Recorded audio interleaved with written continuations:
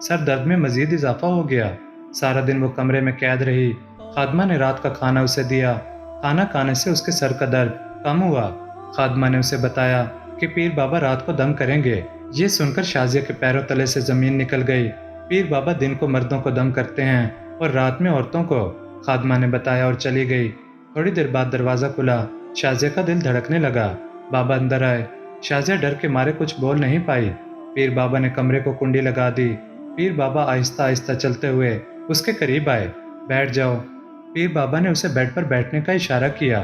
ڈرو مت، آرام سے بیٹھو، پیر بابا نے ذرا نرم لہجے میں کہا، تو وہ بیٹھ گئی۔ بابا آنکھیں بند کیے کچھ پڑھنے لگا۔ شازیہ کا دل ڈوب رہا تھا۔ اسے محسوس ہو رہا تھا جیسے اس کی زبان کو تالا لگ گیا ہے۔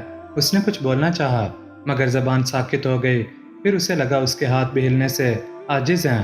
یا خدایا، یہ کیا ہو رہا ہے؟ پیر بابا کا عمل جاری تھا جس کی وجہ سے اس کی زبان بند ہو گئی۔ پھر اس کا جسم سن ہو گیا۔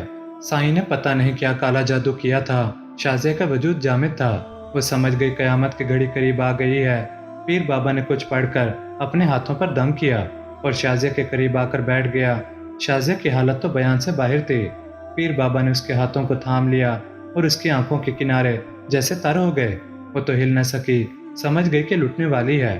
پیر بابا نے اس کے سر پر ہاتھ رکھ کر کچھ منتر پڑھنا شروع کیا جس سے اس کے سر کا درد ختم ہو گیا۔ پھر وہ آہستہ آہستہ خمار میں جانے لگی۔ اس کا یہ معمول بن گیا۔ پیر بابا اس پر جادو کرتا اور وہ اپنے حواس کھو دیتی تھی۔ 10 دن تک وہ یہ کالا جادو کرتا رہا۔ پھر وہ کامیاب ہو ہی گیا۔ شازیہ اب مکمل طور پر اس کے بس میں تھی۔ اسے اپنا ہوش نہیں تھا۔ اب اگر پیر بابا آنے میں دیر کرتا تو شازیہ تڑپ اٹھتی۔ بابا، آپ نے آنے میں اتنی دیر کیوں کر دی؟ صبح سے آپ کا انتظار کر رہی ہوں۔ مجھے آپ کے بغیر ایک پل چین نہیں آتا۔ آپ مجھے خود سے علیحدہ مت کیجیے گا۔ شازیہ نے کہا تو پیر بابا کے چہرے پر فاتحانہ مسکراہٹ آ گئی۔ اس کا کالا علم اثر کر چکا تھا۔ 40 دن بعد جب جمیل اسے لینے آیا تو شازیہ نے اسے انکار کر دیا۔ میں تمہارے ساتھ نہیں جاؤں گی، بابا کے ساتھ رہوں گی، ساری زندگی انہی کے ساتھ گزاروں گی۔ تم مجھے طلاق دے دو، میں نے اپنا وجود بابا کے سپرد کر دیا ہے۔ چلے جاؤ یہاں سے، نفرت ہے تمہاری شکل سے مجھے۔ شازیہ، یہ تم کیا کہہ رہی ہو؟ شوہر ہوں میں تمہارا، ہم دونوں ایک دوسرے سے محبت کرتے ہیں۔ اس نے شازیہ کو سمجھایا تو پیر بابا بول پڑے، نہیں جائے گی تیرے ساتھ، اسے مجھ سے محبت ہو گئی ہے، اب تو یہاں سے چلا جا، بس یہ میری ہے۔ پیر نے کہا تو جمیل نے حیرت سے اس کی طرف دیکھا۔ عاقب جو کہ جمیل کے ساتھ آیا تھا اس کا بہترین دوست بھی تھا، سارا معاملہ سمجھ گیا۔ اس نے جمیل سے کہا، دیکھ جمیل، یہ پیر بابا نہیں، جعلی پیر ہے۔ اس نے تیری بیوی پر کالا جادو کیا ہے۔ بھابھی کا حسن دیکھ کر کمینہ اپنی اصلیت میں آ گیا۔ عاقب نے کہا تو جعلی پیر بابا کے چیلوں نے ان دونوں کو آستانے سے بھگا دیا۔ جمیل کو کچھ سمجھ نہیں آ رہا تھا کہ کیا کرے۔ عاقب نے اسے دلاسا دیا اور بتایا کہ ایک بڑے بابا ہیں جو بہت بڑے عالم ہیں، انہیں کالے جادو کا توڑ آتا ہے، تم اس بابا کے پاس جاؤ۔ جمیل نے کہا مجھے اس کا پتہ دو۔ عاقب اسے اپنے ساتھ ہی لے گیا۔ یہ بزرگ نورانی چہرے والے تھے، ان کے چہرے پر نور برس رہا تھا۔ جمیل انہیں دیکھ کر ان کا مداح ہو گیا۔ اس کو معلوم ہو گیا کہ اصلی بزرگ تو ایسے ہی ہوتے ہیں جن کے چہرے پر نور اور معصومیت ہوتی ہے۔ وہ سائیں تو جھوٹا مکار جادوگر تھا۔ بابا میری مدد کریں، اس جادوگر نے میری بیوی پر کالا جادو کر دیا ہے، وہ اس کے بس میں ہے۔ میری بیوی بالکل معصوم اور شریف لڑکی ہے، وہ اس کے جادو کے زیر اثر ہے، اس لیے ایسا بول رہی ہے۔ بابا میری مدد کریں، وہ میری بیوی ہے، خاندان کی عزت ہے۔ جمیل رونے لگا۔ یہی تو افسوس ہے تم جیسے لوگوں پر، قرآن نہیں پڑھتے، حدیث نہیں پڑھتے، ایسے کالے جادوگروں کے آگے پیچھے پھرتے ہو جو تم لوگوں کی عزت پر ہاتھ ڈالتے ہیں۔ تم نے بہت برا کیا اپنی بیوی کو اس آدمی کے پاس چھوڑ کر۔ کسی نیک آدمی کے پاس بھی اپنی بیوی نہیں چھوڑنی چاہیے، چاہے وہ کتنا ہی پرہیزگار کیوں نہ ہو۔ خدا تمہیں اس کی اجازت نہیں دیتا کہ تم ایک نامحرم کے پاس اپنی بیوی کو چھوڑ کر آ جاؤ۔ پہلے خدا سے اپنے گناہوں کی معافی مانگو، پھر میں اس کالے جادو کو بھی دیکھ لوں گا۔ سائیں بابا نے اسے سمجھایا تو جمیل رونے لگا۔ ساری رات رو رو کر اپنے گناہوں کی معافی مانگتا رہا۔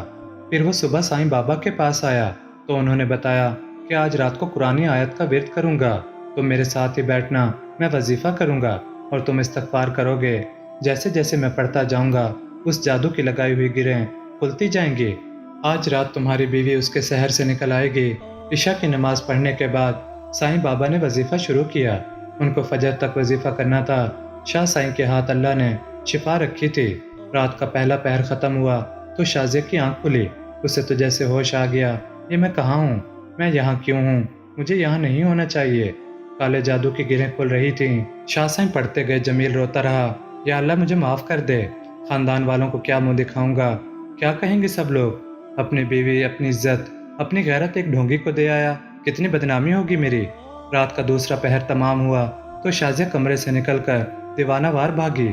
خادمہ نے اسے پکڑ لیا مگر وہ چلانے لگی، چھوڑ دو مجھے، جانے دو، مجھے نہیں رہنا یہاں۔ وہ چلا رہی تھی، شازیہ میری جان کیا ہوا؟ کہاں جا رہی ہو چھوڑ کر؟ پیر بابا نے کہا تو وہ چیخ اٹھی، مکار آدمی، اپنے غلیظ ہاتھ مجھ سے ہٹاؤ، مجھے اپنے شوہر کے پاس جانا ہے۔ فجر کی اذانیں ہونا شروع ہو گئیں۔ شازیہ اپنی حواسوں میں آ چکی تھی۔ وہ بھاگتی جا رہی تھی۔ جعلی پیر اور اس کی خادمہ اس کے پیچھے بھاگ رہے تھے، مگر شازیہ میں تو جیسے اندیکھی قوت آ گئی تھی۔ وہ کسی کے قابو میں نہیں تھی۔ جمیل جا، اپنی بیوی کو لینے چلا جا۔ شاہ سائیں نے جمیل سے کہا تو جمیل اٹھ کر گیا۔ عاقب بھی ساتھ تھا۔ ادھر سب علاقے والے جمع ہو گئے کہ یہ کیا تماشا ہے؟ عورت بھاگتی جا رہی ہے، جعلی پیر اس کے پیچھے لگے ہوئے ہیں۔ اچانک شازیہ کو ٹھوکر لگی، وہ گر گئی۔ ایک ہاتھ نے اسے تھام لیا۔ شازیہ بھلا کیسے اس مہربان ہاتھ کو نہ پہچانتی؟ یہ اس کے محرم، اس کے شوہر کا ہاتھ تھا۔ کیا ہوا؟ کیا ماجرا ہے؟ سب لوگوں نے پوچھا تو جمیل نے بتایا کہ یہ کوئی پیر بابا نہیں، جھوٹا اور مکار جعلی ہے۔ اس نے میری بیوی پر کالا علم کیا ہے، میری بیوی کو میرے خلاف کر کے اپنے پیار میں پھنسا لیا۔ سب مارو اسے، جمیل نے کہا تو علاقے والے آگے بڑھے اور مکار جادوگر اور اس کے چیلوں کو مارنے لگے۔ شازیہ مجھے معاف کر دو، اس شیطان نے مجھے گمراہ کیا۔ جمیل نے یہ کہہ کر شازیہ کو اپنے حصار میں لیا اور وہاں سے چلا گیا۔ علاقے والے اس جادوگر کی دھلائی کر چکے تھے۔ مجمع میں سے کسی نے پولیس کو فون کیا۔ پولیس نے آ کر جعلی پیر اور اس کے حواریوں کو گرفتار کیا۔ اس کا سچ کھل چکا تھا، شاید اللہ نے اسے ایسے ہی سزا دینی تھی۔ اور آخر میں ہم سب دعا کرتے ہیں، اللہ تعالی ہمارا خاتمہ ایمان پر فرمائے اور ہمیں اپنی رضا میں راضی کر دے۔ آمین ثم آمین۔